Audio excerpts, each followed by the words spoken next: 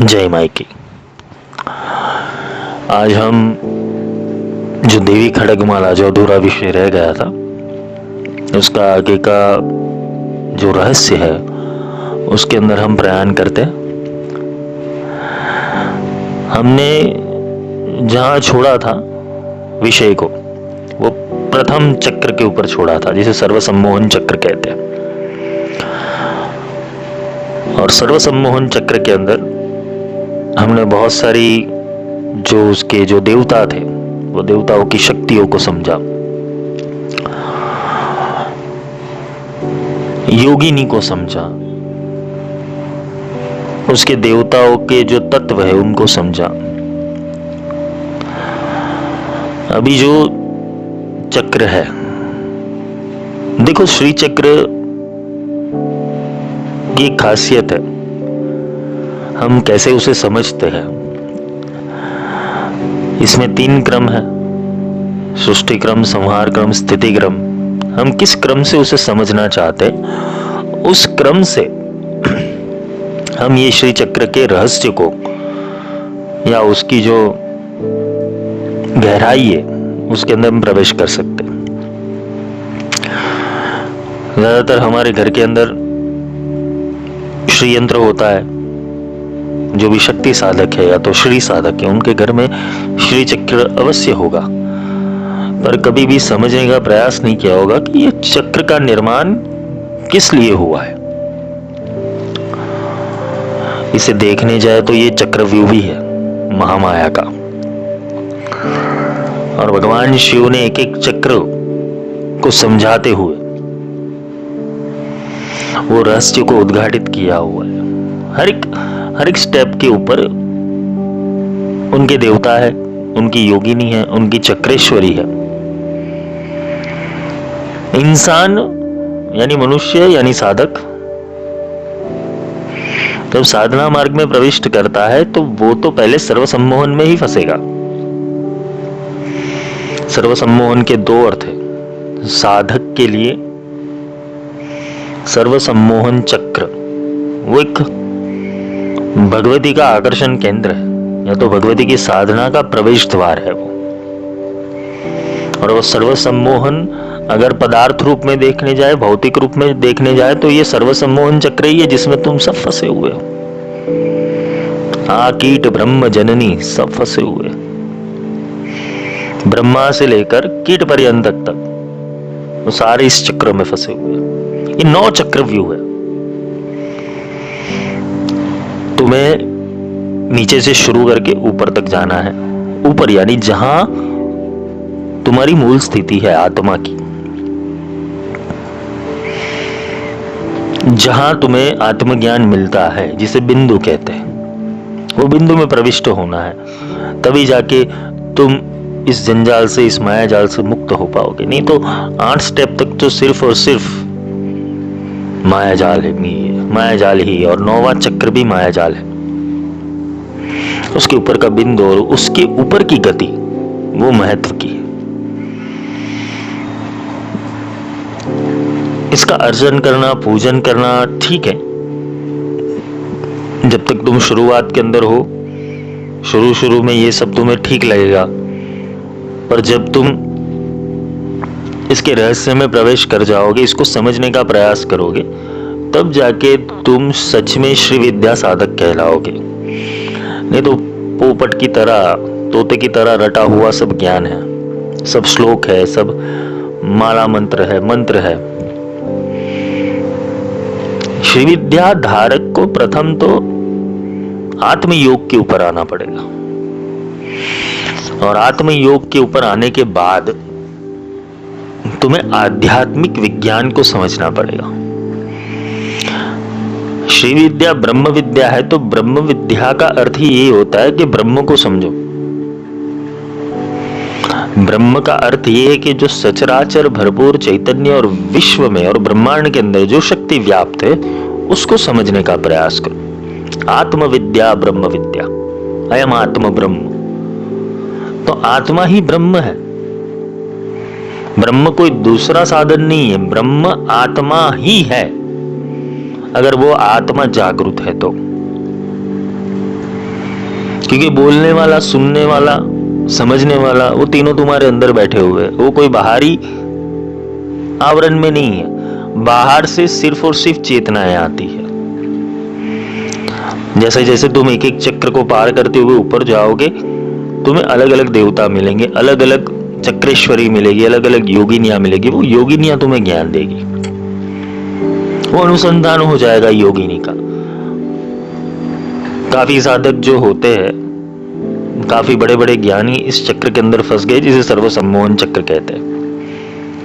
वहां योगिनी क्या होती है? प्रगट योगिनी होती है। प्रगट योगिनी का अर्थ होता है कि जो बाह्य रूप से प्रकट है। वहां बोलने वाला, सुनने वाला, समझने वाला तीनों बाह्य है। बोलने वाले में गुरु है, समझने वाले में शिष्य है, सुनने वाला वो शिष्य का आत्मा है।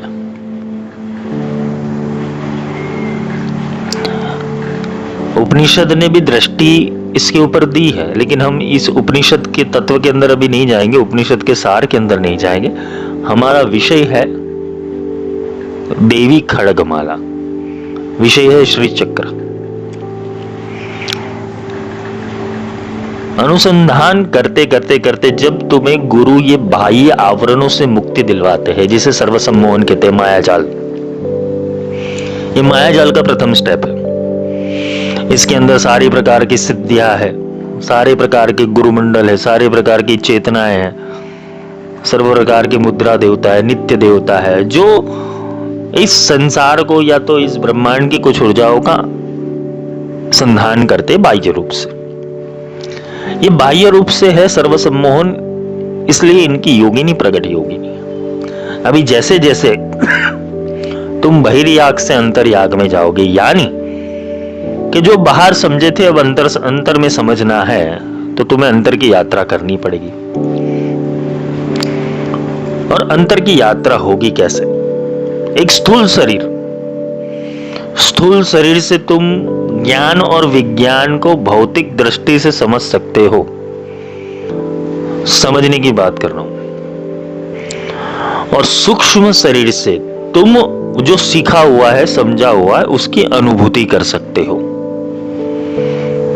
गुरु का ज्ञान तो ले लिया, लेकिन जब तक अनुभूति नहीं होगी तुम उस ज्ञान को सत्य कैसे मानोगे? इसलिए गुरु तुम्हारे सूक्ष्म शरीर के ऊपर ऊर्जा का प्रहार करते हैं। इसे ही शायद कुंडलिनी जागरण कहते, इसे ही शायद शक्तिपात कहते, इसे ही शायद ऊर्ध्वगमन कहते, इसे ही ऊर्ध्वरेता होना कहते। तो श्री चक्र का जो प्रोसेस है, जो सर्वसम्मोहन में पड़ा है प्रथम आवरण के अंदर, फिर जैसे ही जैसे कोई साधक ये निवृत्ति लेता है अपने विकारों से या मायाजाल से, उसे धीरे धीरे उस श्री चक्र के भीतर की जो सिस्टम है वो समझाई जाती है। अभी श्री चक्र और तुम्हारी कुंडलिनी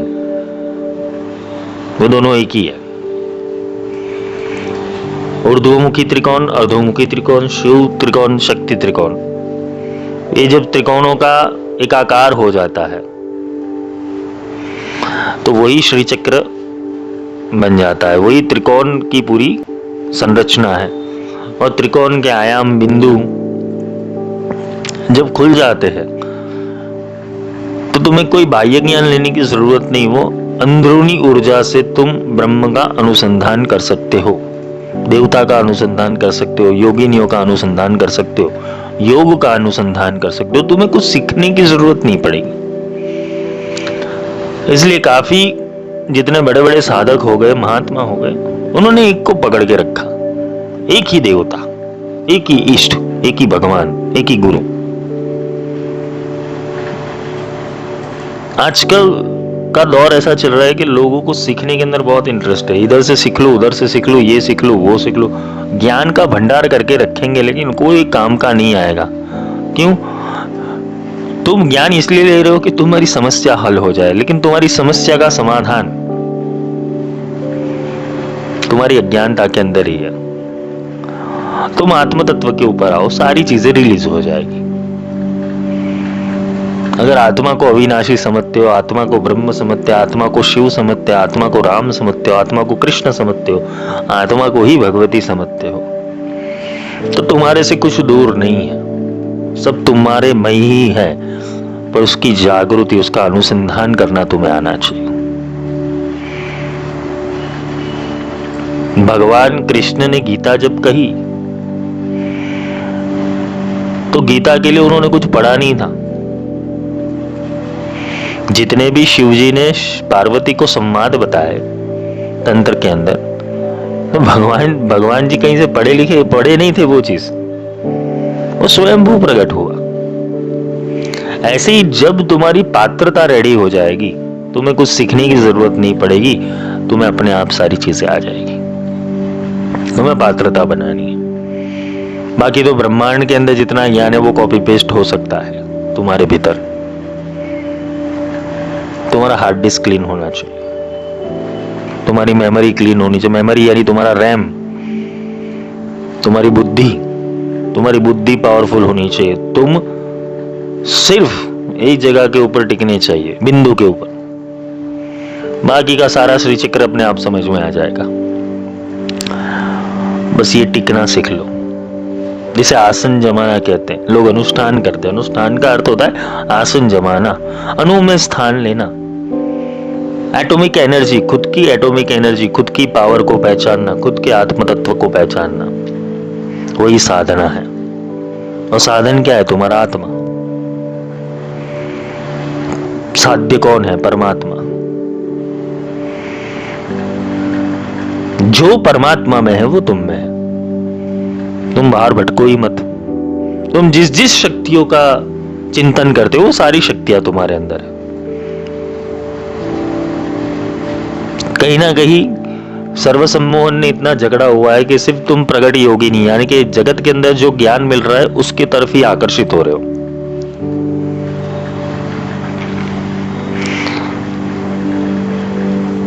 अलग अलग विज्ञान, अलग अलग ज्ञान, अलग अलग विषय, तंत्र मंत्र यंत्र योग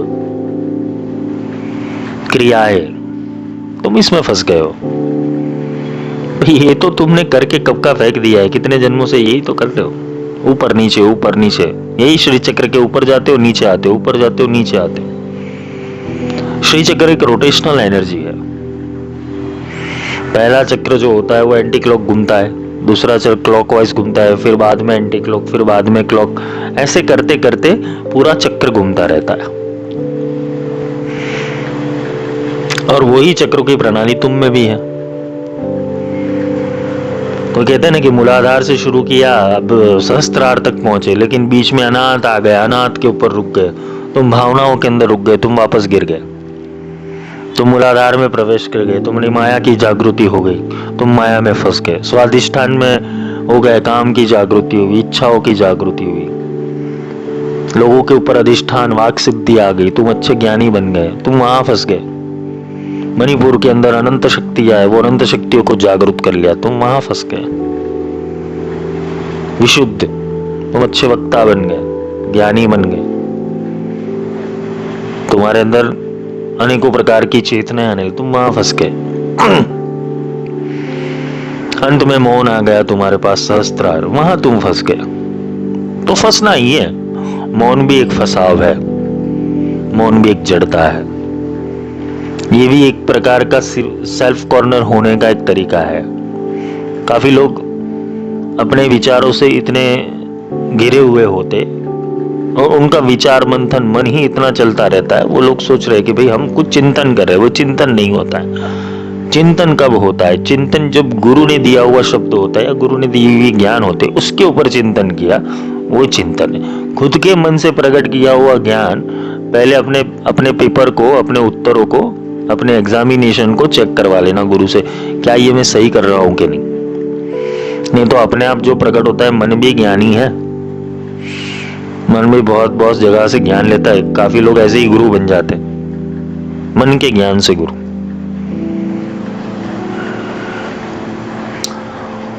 आत्मा का ज्ञान कहीं पर भी ले लो, दर्शन शास्त्र में ले लो, वेद में ले लो, उपनिषद में ले लो, पुराणों में ले लो, तंत्र शास्त्र में ले लो। आत्मा का ज्ञान हर जगह समान है।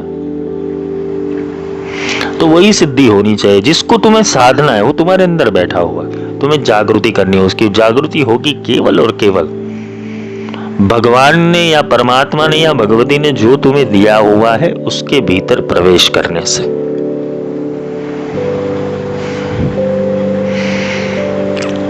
तुमने बाह्य उपहारों को देखा हुआ है, इसलिए तुम बाह्य उपचारों के अंदर और उपहारों के अंदर फंसे हुए हो।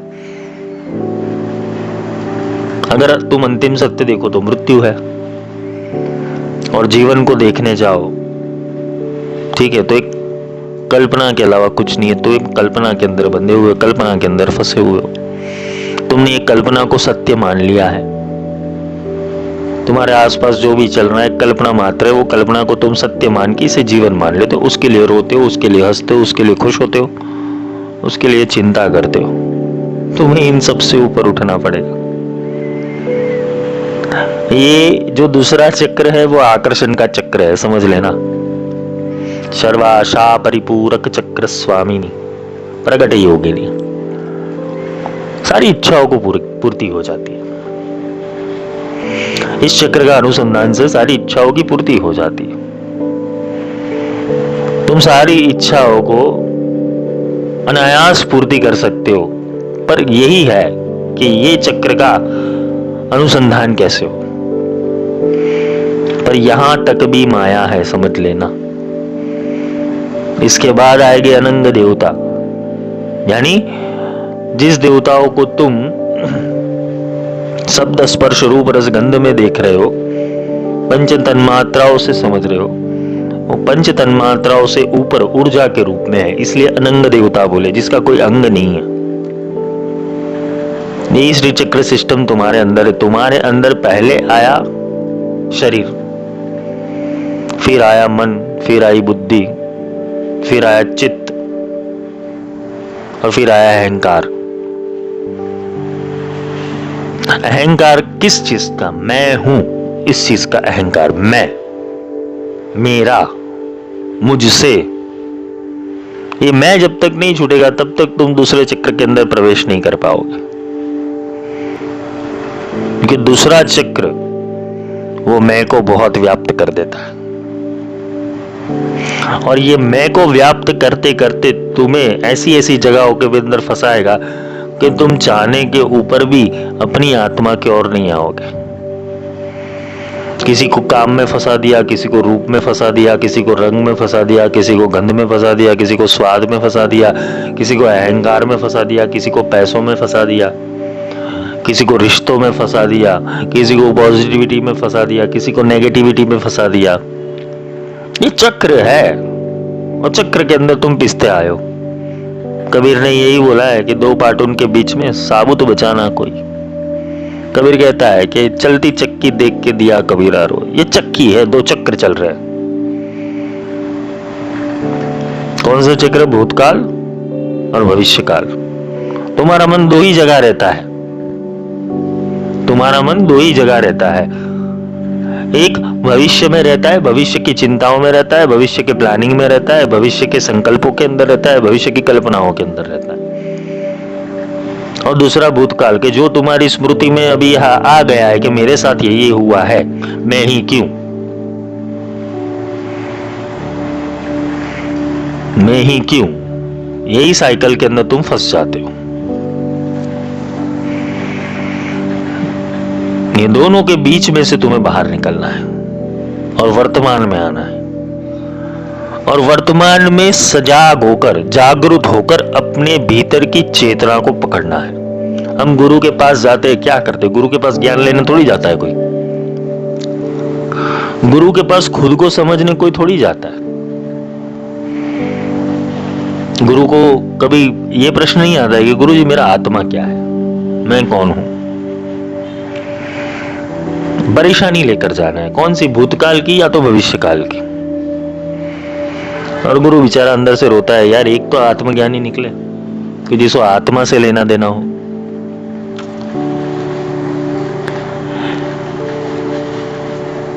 किसी को इस चक्र से छूटना हो, ऐसा तो कोई मिले? सब फंसे पड़े हैं। और जिस दिन तुमने संकल्प लिया कि मुझे ये सबसे छूटना है, उस दिन तुम्हें माया जाल और पकड़ के रखेगी और जकड़ के रखेगी, और तुम्हारे आसपास इतने प्रपंच होने लगेंगे। यही तो सर्वसम्मोहन चक्र है। और उसके बाद जो दूसरा चक्र है वो आकर्षण का चक्र है। जैसे ही सर्वसम्मोहन, किसी से मोह नहीं हुआ, मोहन छूट गया, मोह से विरक्ति होने लगी, मोह छूटने लगा, समझ लेना दूसरा चक्र आकर्षण का चक्र आएगा। सब लोग तुम्हें आकर्षित करने लगेंगे, या तुम लोगों को आकर्षित करने लगोगे, या चीजें आकर्षित होने लगेगी तुमसे। चक्र को अगर समझना चाहो तो पॉजिटिवली भी समझो और नेगेटिवली भी समझो। भक्ति के लिए या तो साधना के लिए उसे पॉजिटिवली समझो, तुम्हारा चिंतन पॉजिटिव कर दो, क्योंकि तुम जो जो चिंतन करोगे वो चीजें तुम्हारे सामने आएगी। तुम चाहो वो तत्व को प्रकट कर सकते हो, चाहो वो देवता को प्रकट कर सकते हो, लेकिन तुम्हारा चिंतन इतना दृढ़ होना चाहिए, तुम्हारी संकल्पित मूर्ति दृढ़ होनी चाहिए, तुम्हारा स्वरूप दृढ़ होना चाहिए, तुम्हारा देवता दृढ़ होना चाहिए, तुम्हारा इष्ट दृढ़ होना चाहिए। तुम आज गणपति की पूजा कर रहे हो, कल कुछ दुख हुआ हनुमान जी के पास चले, कल दुख हुआ तो ललिता के पास चले, तुमने देवता बदल दी, तुम्हारी कल्पना टूट गई, तुम्हारा आधार टूट गया, तुम्हारे संकल्प टूट गए। तुम्हारे पास एक ऐसा साधन नहीं है कि जो सटीक हो। चाहे तुम कल्पना में बनाओ, लेकिन वो कल्पना भी इतनी दृढ़ रखो कि वो आकार ले ले। इसे ही साक्षात्कार कहते हैं। फिर उससे भी तुम्हें छूटना है, तो संकल्पित मूर्ति तो बना ली, उसमें भी छूटना है, उसमें भी फंसना नहीं है, क्योंकि तुम्हारी डाली हुई ऊर्जाओं से उसने आकार लिया हुआ। इसे ही प्राण प्रतिष्ठा कहते हैं। पत्थर में प्राण पूर्व प्राण आ जाते हैं, इंसान में तो ऑलरेडी प्राण है, सोचो उसमें प्राण प्रतिष्ठा हो गई, कितनी प्रतिष्ठा हो जाएगी उसके अंदर, कितने प्राण आ जाएंगे। पर यह सिद्धांत उनके लिए काम करता है जिनका विश्वास दृढ़ है, जो सच में भगवती को अपने भीतर चाहता है, जो सच में है वो परमात्मा तत्व को अपने अंदर धारण करके चलना चाहता है, मनुष्य होकर नहीं चलना चाहता। मनुष्य क्षुब्ध है, मूर्ख है, द्रुत है, कपटी है, छली है। मनुष्य अपनी जिजीविषा के अंदर इतना रचा बचा हुआ है कि परमात्मा तत्व गौण है उसके लिए। जिस दिन उसने ये समझ लिया कि मैं और परमात्मा अलग नहीं हूं, मैं तो बस यही होने के लिए पैदा हुआ हूं, जिस दिन ये धारण कर लिया, तब जाके समझ में आता है कि भाई चलो, परमात्मा बनना यानी कि हम ब्रह्मास्मि रावण जैसा नहीं होना कि मैं ही सब कुछ करता धरता हूं। जब तुम्हें वो बोध हो जाए तो हम ब्रह्मास्मि, वो अहम इदम निकलता है मुख से, मैं ही वो हूं। पर मैं ही वो हूं तो तुम मायाजाल के ऊपर बोलते ना कि मायाजाल की रक्षा करने वाले या मायाजाल को संवर्धन करने वाले शक्तिशाली देवता नहीं बन जाओगे, या मायाजाल के ऊपर तुम्हारा कोई कंट्रोल नहीं रहेगा। नहीं तो भगवान कृष्ण और अभिमन्यु का वध रोक सकते थे, तो चाहते तो एक दिन में युद्ध समाप्त कर सकते थे। मायाजाल के ऊपर किसी भी देवता का, किसी भी अवतारी पुरुष का रोक नहीं है। और ये भली बात ही समझ लेना, तुम जिस भी देवताओं की पूजा करते हो, जिस भी अवतारी पुरुष की पूजा करते हो, उन्होंने भी अपने जीवन के अंदर संघर्ष को झेला है, लेकिन आत्म अनुसंधान किया है। भगवान राम चाहते तो जिस दिन हिरण को मार दिया, उसी दिन वो सीता को लेके आ जाते हैं, और आना रावण उठा पाता ना। भगवान तो है ना, एक साथ 3 जगह क्यों नहीं हो सकते? वो एक स्वरूप लंका में प्रकट कर देते हैं, एक स्वरूप वो लक्ष्मण रेखा के पास खड़े कर देते। तो भगवान तो कुछ भी कर सकते। हमारी सोच हमें ये सारी शक्तियों को प्रलोभन है, या तो ये सारी शक्तियों का आकर्षण है कि हम ऐसा कुछ कर सकते हैं।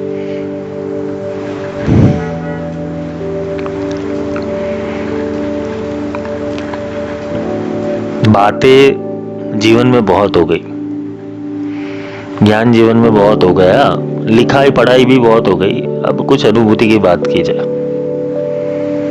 तो जो अनुभूति गुरु में होती है, जो अनुभूति परमात्मा तत्व में होती है, वही अनुभूति तुम में स्थिर ही है, बस तुमने चक्र को पार नहीं किया है, एक चक्र में से नहीं निकले हो। एक चक्र में से नहीं निकलो, दूसरे 8 चक्र पीछे। एक में से निकलोगे, दूसरे में अटकोगे, दूसरे में से निकलोगे, तीसरे में अटकोगे। और जरूरी नहीं कि एक ही जीवन के अंदर सारे चक्र को पसार कर सको तुम। कोई विरला जीव होता है जो बोलते हैं ना कि एक नाम, एक वचन, एक तीर। दृढ़ श्रद्धा वाला, दृढ़ इष्टता वाला, दृढ़ भक्ति वाला निकल सकता है। इसलिए हनुमान चालीसा में आता है और देवता चित्त न धरे। भगवान कृष्ण ने भी गीता में कहा अन्यथा शरणम नास्ति, क्या बोला? सर्वधर्मान परित्यज्य मामेकं शरणं व्रज।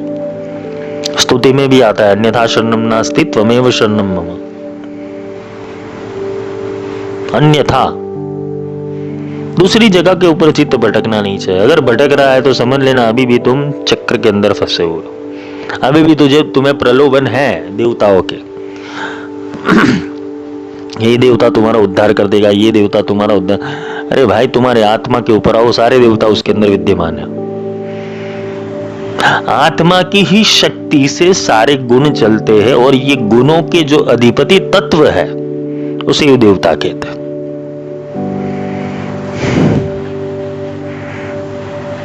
सब गट मेरा साइया सुनी सेज ना कोई बलिवारी, घाट की झागट प्रगट होई।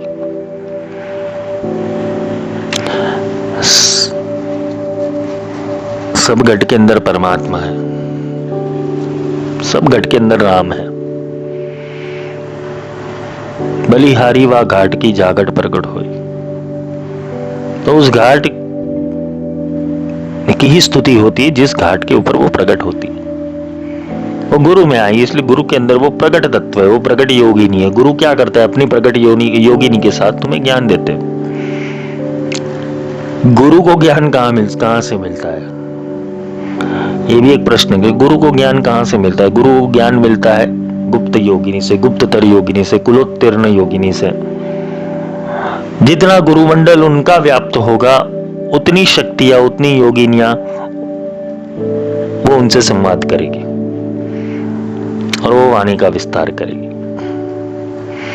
तो ट्रांसमिशन, गुरु का ट्रांसमिशन कहां तक पहुंचता है वो महत्व का है। लिखा पढ़ाई की बात ही नहीं है इधर। लिखने पढ़ने वालों को कभी भी भगवान नहीं मिला। हाँ, लिखने पढ़ने वाले की ना स्मृति जागृत हुई है, ना लिखने पढ़ने वाले को आत्म तत्व मिला हुआ है। जिनको भी मिला है अपने भीतर मिला है, गुरु के संवाद से मिला है। श्रुति ध्यान, शास्त्र में इसे श्रुति ध्यान कहते हैं। श्रुति रेशा ही गिरिशम कथम मानतुम विनिंदसी। वो श्रुति रेशा है, कहां से आती है? गंगा कहां से आती है? गंगोत्री से। वैसी ही श्रुतियां है पूरे ब्रह्मांड के अंदर व्याप्त है और ब्रह्मांड के हर एक स्तर के देवता अलग अलग विशाल आकार धारण करके बैठे हुए हैं, जो सूक्ष्म रूप से तुम्हारी इंद्रियों तक पहुंचते हैं। जब गुरु अनुसंधान करते, किसी की पात्रता हो जाती है तो कोई भी देवता वो शिष्य के शरीर में आकर उसका अनुसंधान करता है और वो देवता ही वो शिष्य को ज्ञान देता है। तो गुरु सामर्थ्यवान होना चाहिए जो ऐसा कर पाए, नहीं तो अभी तो माहौल इतना बिगड़ा हुआ है, सबके अंदर शक्ति जागृतकरण हो रहा है। ये मूर्खता है और कुछ नहीं। जब तक पात्र शुद्ध नहीं है तब तक शेरनी का दूध उसके अंदर डाला नहीं जाता। सोने का पात्र चाहिए उसके अंदर। वैसे ही ये जो दूसरा चक्र है उसे समझने की कोशिश हम करें तो ये गुड़ चक्र है। इसकी योगिनी कौन है? गुप्त योगिनी। तो अभी ये गुप्त योगिनी है तो गुप्त ज्ञान देगी। तो गुप्त ज्ञान कौन सा है? हमारे शरीर के अंदर गुप्त क्या है वो समझना है पहले, क्योंकि बिना समझे कुछ भी करोगे उसका कोई मतलब नहीं है। तो गुप्त ज्ञान जो द्वितीय आवरण, जिसे षोडश दल कहते हैं, श्री चक्र के अंदर उसे षोडश दल कहते हैं। सर्वाशा परिपूरक चक्र स्वामिनी। जो मन भी एक देवता है। मन, बुद्धि, चित्त, अहंकार, ये चार हो गए। फिर शब्द, स्पर्श, रूप, रस, गंध। फिर उनके गुण हो गए धैर्य, स्मृति, ये उनके गुण हो गए। तो ये सारे गुणों को जब धारण किया जाता है, उनका आकर्षण किया जाता है, तब जाके ये चक्र एक्टिवेट होता है। तो ये चक्र के अंदर हम प्रवेश करते हैं। गुप्त योगिनी है। इस योगिनी के बारे में बता दूं तुम्हें कि ये सेंसेस में आती है। सेंसेस यानी तुम्हारे अंदर जो शब्द स्पर्श रूप रस गंध पंच तन्मात्र, तुम्हारी नाक, तुम्हारी आंखें, तुम्हारे कर्ण, तुम्हारा गुदाद्वार, तुम्हारा मलद्वार, तुम्हारा मुख, ये इंद्रियों के स्थान है। अब यही इंद्रियों के जो आकर्षण के केंद्र है वो रूप रस गंध शब्द स्पर्श है। यही 5 तत्वों से जुड़े हुए जिसे पृथ्वी जल आकाश वायु अग्नि बोला गया है। 5 तत्व, 5 इंद्रिया और 5 उसके स्वरूप, जिससे हम समझने की कोशिश करते हैं। अब ये 5 का गुणांक समझ में आ गया। ये जब 5 3 बन जाते हैं, इंटू 3 हो जाते, सत्व रज और तमस के साथ मिल जाते, तो यही पंचदशी बन जाती है। कैलरिम हसकहलरिम सकलरिम, इसे ही पंचदशी कहते हैं। पर इसका अनुसंधान होना, यानी कि ये तुम 3 तत्वों में भी जागरूक हो, सत्व रज और तमस में भी जागरूक हो, पंच तत्वों में भी तुम जागरूक हो, पंच तन्मात्राओं में भी जागरूक हो, उनके पंच अधिभूत देवताओं में भी तुम्हारी चेतना जागरूक है, तो समझ लेना ये द्वितीय चक्र का जो भी ज्ञान है वो तुम्हें मिलने लगेगा। फिर क्या होगा देखो, ये एक स्टेप बाय स्टेप एक घटना है, क्या क्या होता रहेगा। तो पहले जो देवता है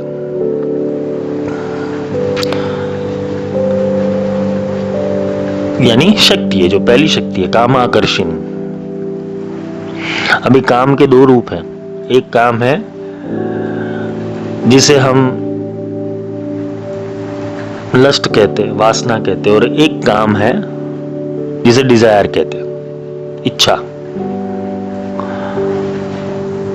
और इच्छा जब दृढ़ हो जाती है, वासना का अर्थ केवल शारीरिक संबंध से नहीं है। वासना का अर्थ है इच्छा, इच्छाओं की अतृप्ति होनी, उसे वासना कहते हैं। किसी का वासना खाने में होता है, किसी का वासना सोने में होता है, किसी का वासना नामना में होता है, किसी का वासना कीर्ति में होता है, किसी का वासना पैसे में होता है। वासना का अर्थ होता है अतृप्ति। तो काम के भी 2 अर्थ है, डिजायर और लस्ट, कामाकर्षिणी। जब तुम ये द्वितीय चक्र तुम्हारे अंदर जागृत होता है, या तो द्वितीय चक्र का अनुसंधान होता है तुम में, तो तुम में एक तेज बल प्रकट होता है। तुम काम को आकर्षित कर सकते हो, यानी काम से तुम आकर्षित नहीं होगे, काम को तुम आकर्षित कर सकते हो। यानी कि तुम्हें कामांध नहीं होना है, तुम ऐसे बन जाओ कि काम तुम्हारा दास बने। जैसे भगवान शिव ने कामदेव को भस्म कर दिया। कैसे किया? तीसरी आंख से अग्नि निकली, कामदेव भस्म हो गए। ये तो चलो हमने समझ लिया, पुराणों में दंत कथाएं सुन ली, टीवी के ऊपर पिक्चर भी देख लिया।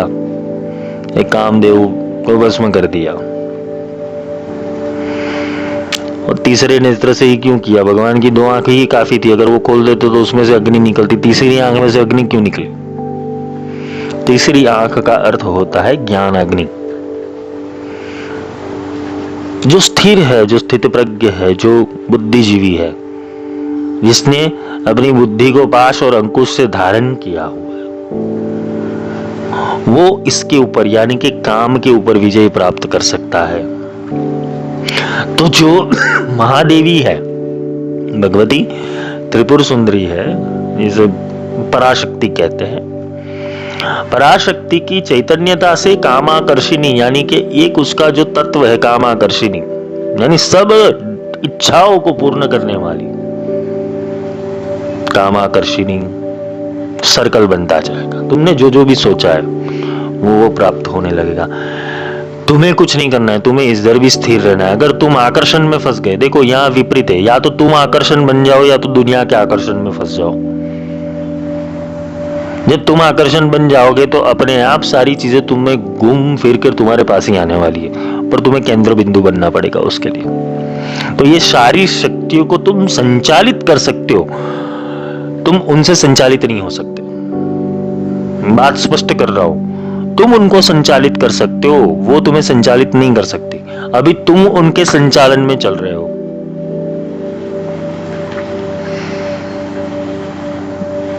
जब ये चक्र का अनुसंधान हो, इसके ऊपर जीत प्राप्त कर लिया, तो फिर तुम गुप्त योगिनी है। ये गुप्त जितनी भी इच्छाएं है, जितना भी सारा विचार, एक सूक्ष्म कण भी क्यों नहीं सोचा होगा कि ये प्राप्ति करनी, वो भी मिल जाएगा। पर ये क्या करती है आगे जाके समझो। काम प्रविष्ट कहां होता है? बुद्धि। बुद्धि प्रविष्ट कहां होती है? अहंकार के अंदर। अहंकार का कहां कनेक्ट होता है? शब्द के अंदर। शब्द कहां से कनेक्ट होगा? स्पर्श के अंदर। स्पर्श कहां से होगा? रूप के अंदर। रूप कहां से होगा? रस के अंदर। रस कहां से होगा? गंध के अंदर। गंध कहां से होगा? चित्त के अंदर। ऐसे ही पूरा चक्र बनता रहता है। चित्त के बाद धैर्य, धैर्य के बाद स्मृति, स्मृति के बाद नाम, नाम के बाद बीज, बीज के बाद आत्मा, आत्मा के बाद अमृत और अमृत के बाद शरीर। अब इसको उल्टा समझो चक्र को। जिसमें नहीं फंसना वो शरीर तुम्हें मिल गया स्थूल रूप से, उसमें अमृत बिंदु गिरा। कौन सा? आत्मा। आत्मा को पुकारा जाता है, आत्मा के बीज है, इसलिए आत्मा बीज का आकर्षण करती है, बीज नाम का आकर्षण करती है, नाम स्मृति का आकर्षण करती है। स्मृति के बाद धैर्य आता है। धैर्य का अर्थ ये होता है कि जो स्मृति में है उसको पैदा करना, वो धैर्य का काम है, यानी कि प्रकृति के ऊपर छोड़ा हुआ है। धैर्य आकर्षणी, यानी कि तुम आज जो बीज डाल रहे हो जरूरी नहीं है कि कल का कल फलीभूत हो जाए, समय लगेगा। उसलिए धैर्य का आकर्षण करना भी जरूरी है। धैर्य आ गया तो तुम्हारा चित्त स्थिर हो जाएगा। चित्त स्थिर हुआ फिर तुम गंध, रस, रूप, स्पर्श, शब्द, अहंकार, बुद्धि और काम, ये सब के ऊपर कंट्रोलिंग पावर रख सकते हो।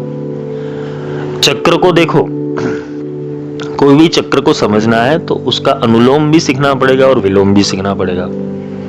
आरो भी सीखनी पड़ेगी, अवरो भी सीखनी पड़ेगी। संगीत सीखे हो ना, सारे गम पद नि सानी धप मगर, ऐसा 7 स्वर अगर तुम सीधे गा रहे हो तो उल्टे भी गाने आने चाहिए। वैसे ही ये चक्र का आरोह और अवरोह है। तुम किधर फंसे हो, तुम्हारा कौन सा कंसंट्रेशन बाकी है अभी,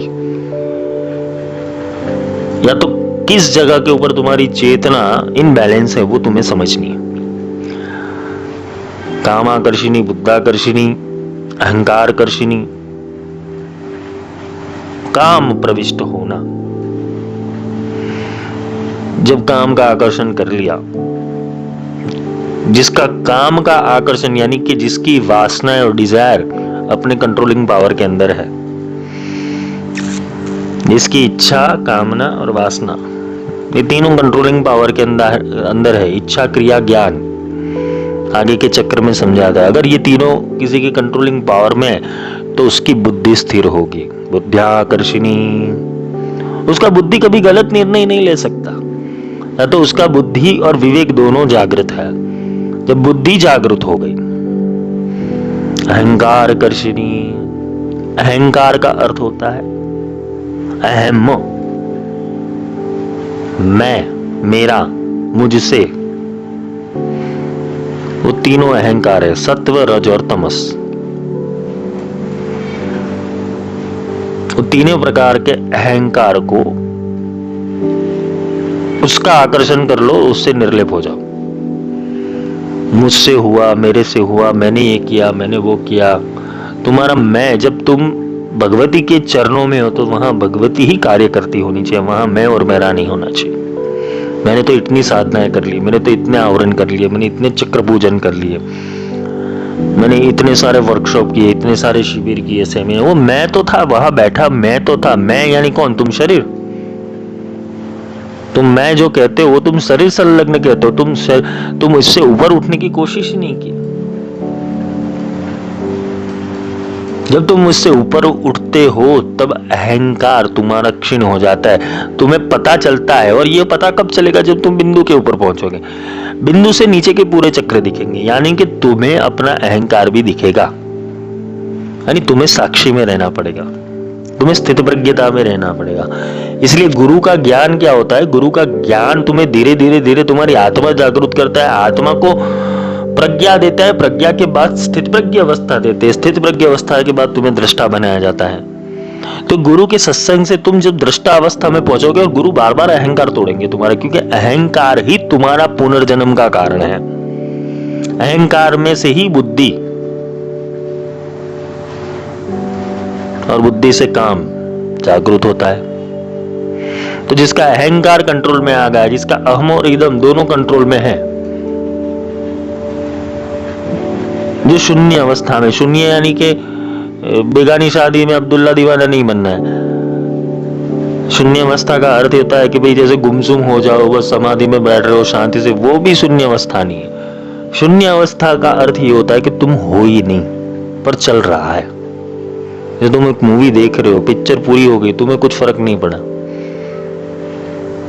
लेकिन तुम्हें वो मूवी का नॉलेज तो है कि भाई इसने स्टोरी क्या है, सस्पेंस आया, थ्रिलर आया, एक्शन आया, रोमांस आया, ड्रामा आया, कॉमेडी आई, सब तुम देख रहे हो, लेकिन क्या उससे लिप्त तो होते हो? वैसे ही तुम्हें अपने जीवन के अंदर तुम्हारे अंदरूनी हरकतों के ऊपर, तुम्हारे विचारों के ऊपर भी, तुम्हारे सूक्ष्म मन के ऊपर भी, तुम्हारे अंतर मन के ऊपर भी, तुम्हारे जागृत मन के ऊपर भी तुम्हारा कंट्रोलिंग पावर चाहिए। इसीलिए ये तीनों को कंट्रोल कौन करता है? अहंकार करता है।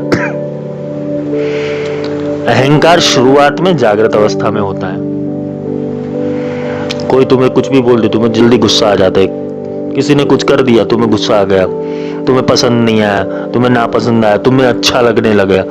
ये जो अच्छा लगना, बुरा लगना, नापसंद आना, क्रोध आना, विवेक आना या विवेकहीन हो जाना, ठीक है, ये सारे भी जो भी चीजें आ रही है वो तुम्हारे लिए इसलिए आ रही है कि अहम पड़ा हुआ है। जिसका अहम क्षीण है वो तो मदमस्त अवस्था में चलता होगा। अनंग मदना तुरे, आगे आएगी भगवती के जो भी चक्र के देवता है, उनकी जो शक्तियां है वो अनंग देवता में आएगी। तुम क्या अहंकार करोगे? वो तुमसे बड़े बोलते ना कि अहंकार लेकर भगवती बैठी होगी, लेकिन अहंकार, भगवती का अहंकार क्या है? वो उसके अंदर प्रेम भी है, वात्सल्य भी है, करुणा भी है, ममता भी है, दया भी है, फिर भी वो सबको धारण करके बैठी है। वो तत्व को समझना है। और वहां मैं उद्गार ब्रह्म वाक्य से होता है, वहां मैं उद्गार मन के वाक्य से नहीं होता है, अहम के वाक्य से नहीं होता है। वहां मैं यानी कि वो तो जैसे भगवान कृष्ण ने विभूति योग में समझाया हुआ है, वही भगवती ने भगवती देवी अथर्वशीष में समझाया हुआ है कि मैं ब्रह्म भी हूं और अब्रह्म भी हूं, मैं सगुण भी हूं, निर्गुण भी हूं, शून्य भी हूं, अशून्य भी हूं, मैं सब हूं। तो ये मैं कौन है? वो शक्ति, सर्वार्थ शक्ति। जब तुम उससे चैनलाइज हो जाओगे, तुम्हारे अंदर अहंकार क्षीण हो जाएगा, तुम्हारे अंदर कर्ता भाव क्षीण होने का अर्थ है कि अकर्ता कैसे होता है? कि जब वहां भगवती कार्य करे, भगवती की चेतना कार्य करे। तुम अपने मौन बुद्धि चित्त अहंकार से करोगे तो तुम मैं में ही रहोगे, मैं में ही अटके रहोगे। जब तुम नहीं हो, वो है, उसकी चेतना है, तो समझ लेना कि तुम एक उच्चतम अवस्था में अपना प्रयाण कर रहे हो।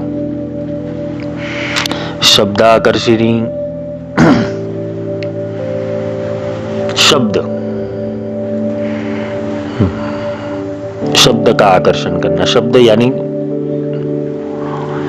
शब्द ब्रह्म, ब्रह्म ही शब्द है, शब्द ही ब्रह्म है। तुम जो भी बोलते हो, भगवती अगर कंट्रोलिंग पावर शुरू कर दिया भगवती ने, तो समझ लेना कि तुम्हें क्या बोलना है क्या नहीं बोलना है, उसकी वाणी भी, शब्द भी तुम्हें देगी, वो शब्द भी तुम्हें देगी। शब्दों का चयन कैसे करना है वो भी तुम्हें सिखाएगी, शब्द कहां कैसे बोलने वो भी तुम्हें सिखाएगी। शब्द आकर्षिणी।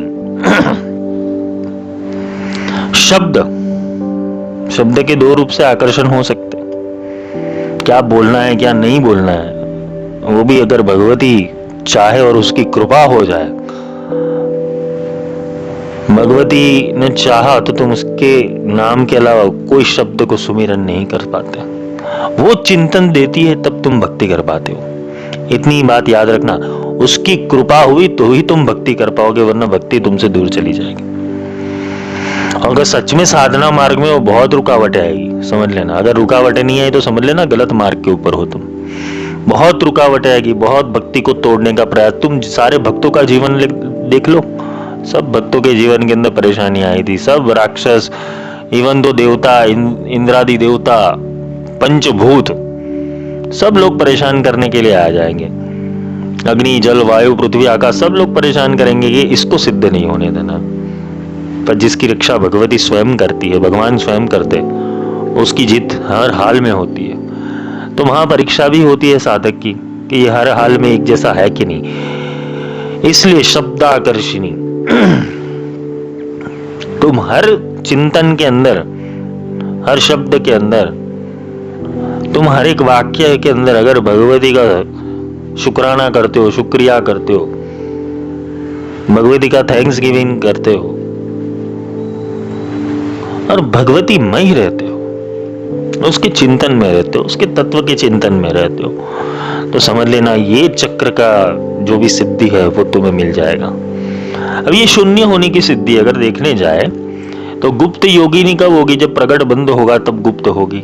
यानी कि तुम्हारा बाह्य मन जब शांत हो जाएगा, तुम अंतर मन में प्रवेश करोगे और जब तुम अपने एक्शंस के ऊपर ध्यान देना शुरू करोगे, शब्द, स्पर्श, रूप, रस, गंध के ऊपर, तब जाके ये पंच तन्मात्राओं से तुम भगवती के स्वरूप का विभिन्न रूपों से, ये सहस्त्र नामावली ऐसे नहीं बनी। जो लोग अंदर गए, अंदर जाने के बाद जिन लोगों ने संशोधन किया, तब जाके ये नाम प्रकट हुए।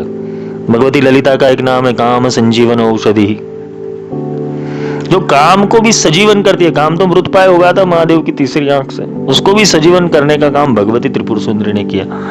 यानी शक्ति के हाथ में सर्वस्व है, इतना समझ लेना। ऊर्जा के हाथ में सर्वस्व है, ज्ञान के हाथ में सर्वस्व नहीं है। इसलिए शिव जी के वक्षस्थल के ऊपर भगवती काली अपने चरण रख के खड़ी है। भगवती त्रिपुर सुंदरी का तो वह आसन है। तुम दर एक महाविद्या ले लो, हर एक महाविद्या तो भगवान शिव के ऊपर ही आरूढ़ है, धूमावती के अलावा। शिव के बिना यानी ज्ञान वो शक्ति से नीचे आता है। शक्ति तो सर्वदा योग्य है और शक्ति को अनुसंधान वही कर सकता है जो समर्पित हो, शिव जैसा, जिसने समर्पण स्वीकार कर लिया है, जो केवल भगवती के आदेश को फॉलो कर रहा है, चाहे वो क्रोध में हो, चाहे वो प्रेम में हो, चाहे वो करुणा में हो, चाहे वो उन्मत्त हो, चाहे वो महाकाली हो, चाहे साक्षात मृत्यु क्यों ना हो। तुम अगर हर रूप में वो भगवती की लीला को समर्पित और सहज भाव से स्वीकार कर रहे हो, समझ लेना तुम्हें ये सारी जो भी चक्र की सिद्धियां है वो अपने आप कंट्रोलिंग पावर भगवती के हाथ में चला जाएगा। तुम्हें क्या सुनना है क्या नहीं सुनना है वो भी भगवती भेजेगी, फिर क्या बोलना है क्या नहीं बोलना है वो भी भगवती भेजेगी। इसे ही कहते हैं कि शब्दाकर्षिणी, स्पर्शाकर्षिणी। स्पर्शाकर्षिणी का अर्थ तुम भगवती की चेतना को स्पर्श कर पाओगे तो तुम्हारे अलावा कोई देख नहीं पाएगा, ना समझ पाएगा, ना उसे फील कर पाएगा। स्पर्शाकर्षिणी। वो तुम्हें स्पर्श करने के लिए, तुम्हारे मस्तक पर हाथ रखने के लिए, तुम्हें प्रेम करने के लिए वो इतनी करुणामय और दयामय हो जाएगी, वो स्पर्श का भी आकर्षण कर लेगी। कोई साधक ने, बहुत बड़े अच्छे साधक थे, उन्होंने एक बार बोला कि भगवती पूरी जिंदगी निकल गई, एक बार स्पर्श तो कर ले, एक बार तू आ जा और स्पर्श तो कर ले। देखो, ये चित्त के अंदर भाव खड़ा होना वही बड़ी बात है कि तुम उस चेतना को पुकार रहे हो, अरे तुम हो तो मुझे स्पर्श तो करो। क्या मैं इतना भी पापी हूं, अधमी हूं, दुराचारी हूं? किसी भी रूप से स्पर्श तो कर दे। वो स्पर्श की खेवना रखना, भगवती के मातृ स्वरूप के स्पर्श की खेवना रखना, भगवती के शक्ति स्वरूप की स्पर्श की खेवना रखना, वो स्पर्श आकर्षिणी।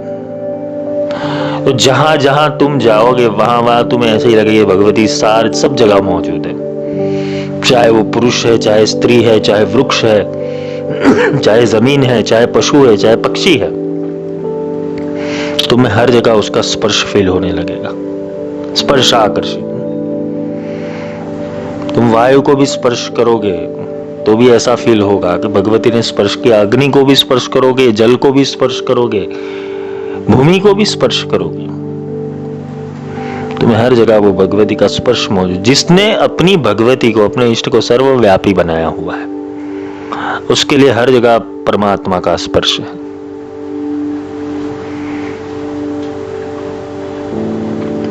तुम प्रकृति के अंदर, सारे तत्वों के अंदर स्पर्श अनुभूत करोगे। जब स्पर्श का आकर्षण हो गया तो समझ लेना कि तुम उन चीजों की एनर्जी भी गेन करना शुरू कर दोगे। तुम पृथ्वी से भी ऊर्जा खींचोगे, तुम अग्नि से भी ऊर्जा खींचोगे। सारे शक्ति के स्वरूप है और सारी शक्ति के स्वरूप तुम्हें अपनी ऊर्जा प्रदान करेंगे। रूपाकर्षिणी, रूप का आकर्षण होगा। चाहे कोई कितना भी अच्छा दिखे, बुरा दिखे, उससे कुछ लेना देना नहीं। जिसके अंदर भगवत तत्व जागृत हो गया, भगवती तत्व जागृत हो गया, जिसके अंदर सच्ची भक्ति जागृत हो गई, सच्ची साधना जागृत हो गई, उसके अंदर तेज आना ही आना है। उसका तेज अपने आप वो बढ़ने लगता है। और जिसने भगवती की दृढ़ साधना करके अपने अंतर्मन के अंदर, अपनी आत्मा के अंदर वो भगवती तत्व को उतारा है, उसके अंदर भगवती स्वयं प्रकट होती है। तो हम ऐसे दिव्य क्यों ना बने? श्री चक्र कोई दूसरा विषय नहीं है, तुम्हारा ही विषय है। अगर तुम अपने आप पर लो तो फिर तुमने ये संदेह खड़ा कर दिया है, मैं थोड़ी भगवान हो सकता हूं, मैं थोड़ी भगवती हो सकती हूं, तुम कभी नहीं बन पाओगे। तुम्हें अनुसंधान तो करना पड़ेगा। तुम्हें बनना तो उस जैसा ही है, क्योंकि तुम उसमें से ही निकले हो। पर ये होगा कैसे? जब तुम अनुसंधान करोगे कि मेरे और तुम में भेद नहीं, ना तुम में और मुझ में भेद है। भेद वहां समाप्त हो जाता है जब तुम उसकी करुणा अपने भीतर देखते हो कि तूने तो मुझे तेरे जैसा ही बनाया है, मैं भूल गया था खुद को। गुरु आते जगाते, भाई उठो अभी। तो रूपाकर्षिणी, सारे रूप, ये चाहे वो कोई भी स्वरूप क्यों ना हो। जैसे प्रहलाद के सामने नृसिंह भगवान प्रकट हुए, तो हिरण्याकश्यप के लिए तो वो एकदम विदारण रूप था, उसके लिए भयानक रूप था, लेकिन भक्त के लिए तो वो भगवान का ही रूप था।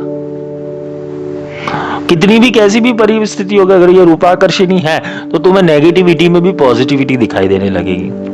तुम्हें ऐसे ही लगेगा भगवती साक्षात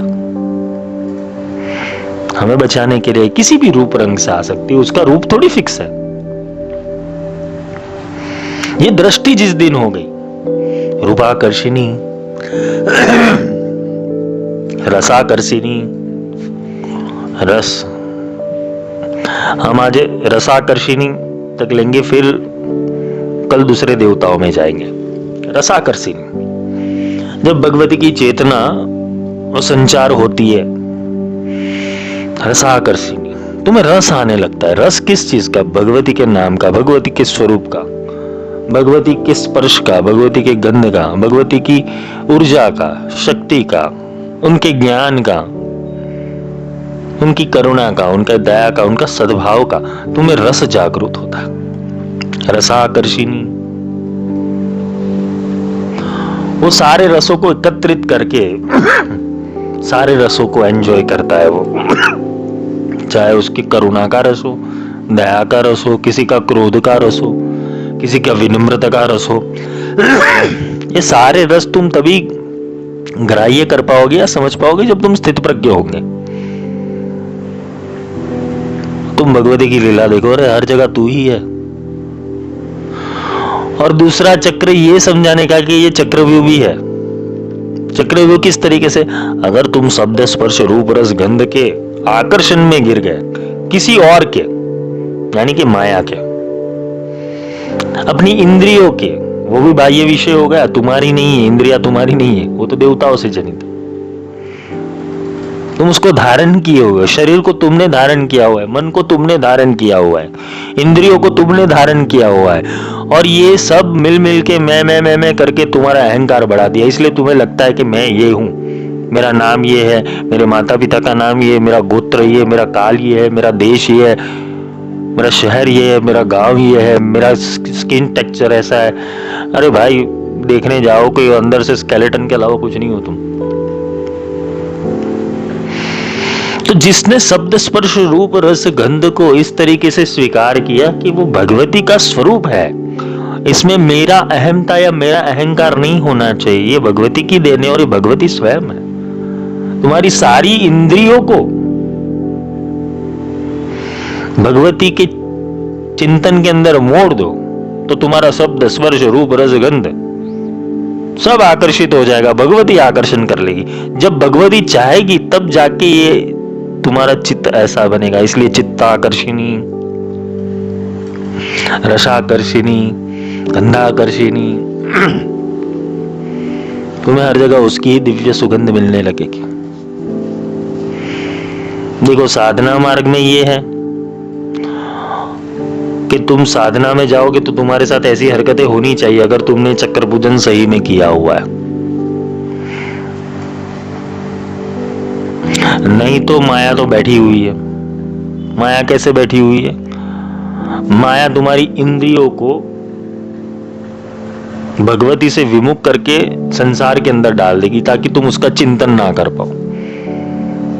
तुम समझ तो पाओगे कि भाई ये मेरी नाक है, मेरी आंख है, मेरी कान है, लेकिन आंखों से दिखते क्या हो, कर्नों से सुनते क्या हो, जिह्वा से बोलते क्या हो, शरीर से छूते क्या हो, मुख से खाते क्या हो।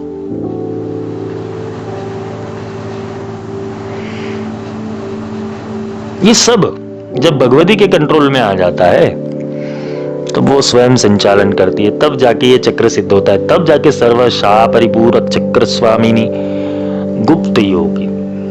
तो इसका ज्ञान कैसे मिलता है? गुप्तता से मिलता है। गुप्तता का अर्थ है कि इंद्रिया अपने आप भगवती का आदेश समझकर, गुरु का आदेश समझकर भक्ति में या तो साधना में जब लीन हो जाए, तब जाके ये आकर्षण चक्र शुरू होता है। तब क्या होता है? अगर ये आकर्षण चक्र पूर्ण कर लिया, सर्वाशा परिपूरक चक्र स्वामिनी, तुम्हारी कोई इच्छा ऐसी बाकी नहीं होगी जो पूरी नहीं होगी। पर ये चक्र विघटन की प्रक्रिया है, समझ लेना। स्थूल से सूक्ष्म में आने की प्रक्रिया है, मन से बुद्धि में आने की प्रक्रिया है, और बुद्धि से प्रज्ञा में जाने की प्रक्रिया है। किताबी बातों के अंदर उलझ गए। आजकल के गुरु भी सिस्टमेटिक हो गए। अच्छा प्रेजेंटेशन बनाएंगे और तो समझाने की कोशिश करेंगे, हर एक देवताओं का नाम दे देंगे, इसकी ये सिद्धि है, थोड़ा एलिब्रेट कर दिया, वो चीज को शब्दार्थ दे दिया। गुरु वो होता है जो आरो अवरो, ऊपर नीचे आगे पीछे सब जगह से एक तत्व को समझाए। वो ब्रह्म को हर दृष्टि से समझाए, क्योंकि गुरु वेता होता है, गुरु तत्व वेता होता है।